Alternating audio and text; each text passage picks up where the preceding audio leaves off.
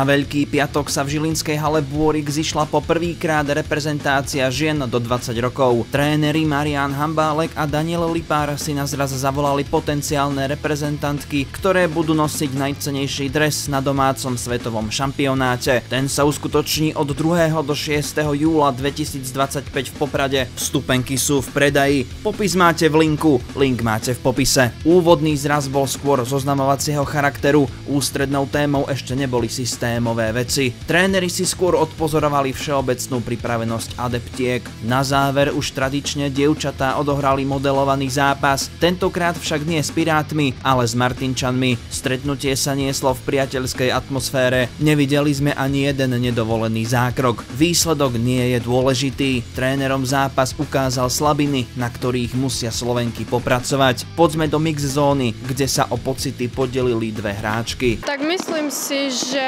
sme sa všetky snažili, aj keď nám to nevyšlo vyhrať ten zápas. Všetky sme dali určite všetko do toho, aby sme čo najlepšie uhrali. Majstrovstvá budú vlastne v Poprade, teda na domácej pôde. Je to možno pre teba nejaká extra motivácia, aby si ešte väčšmi zabojovala o to miesto v zostave? Tým, že budeme hrať doma, tak určite to bude pre nás lepšie, že aj viacej fanúšikov príde a budeme sa tak cítiť lepšie na domácom ihrisku.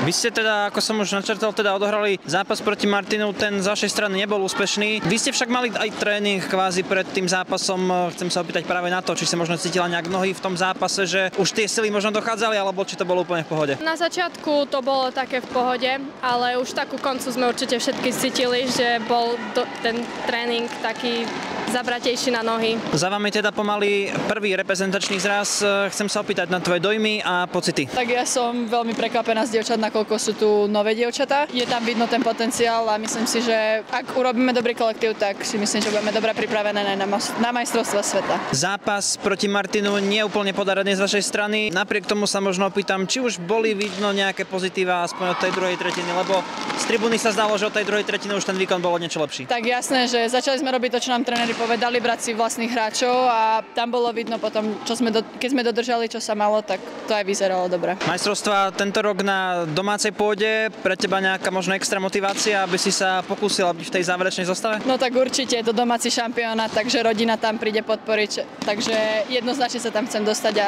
nechať to zlato doma teda. Novou členkou realizačného tímu je Nina Štrbáková. V pozícii asistentky trénera bude mostom medzi svojimi bývalými spoluhráčkami z mládežníckych kategórií a trénermi. No a ako vníma prvý zraz z novej pozície? Nina, pred 2 rokmi si takto bola medzi hráčkami a bojovala si o miesto v Liberci. Tohto roku už ako asistentka trénera, tak aký je to pre teba pocit? Dobrý, zaujímavý, je to niečo nové a musím sa naučiť veľa vecí. Je to určite veľký rozdiel byť hráč a byť tréner. Minimálne z toho, že veľa z týchto báb sa spolu hráme aj pri ženách. Treba tam trochu rozlišovať ten kamarátsky prístup a ten trénerský prístup.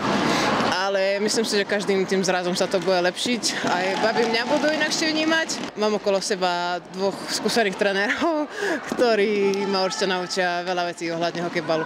Chcem na to trošku nadviazať, totižto ty si bola na lavičke aj počas neúspešného zápasu s Martinom, tak aký je to možno pocit skôr koučovať tých hráčov, že predsa nemôžeš vstúpiť na to ihrisko a preniesť tú teóriu do praxe, tak ako ti to išlo? Tak bola dohoda s nami, že nebudeme tie dievčatá hneď zo začiatku gezovať, ale že si povieme nejaké základné chyby, čo sme im v podstate aj povedali, ale ešte majú veľa roboty pred sebou, čo s realizačným tímom sa budeme snažiť dotiahnuť, aby ten šampionát, ktorý nás čaká, bol úspešný. Najbližší zraz je naplánovaný na máj. Bližšie informácie nájdete v správny čas na sociálnych sieťach Slovenskej hokejbalovej únie.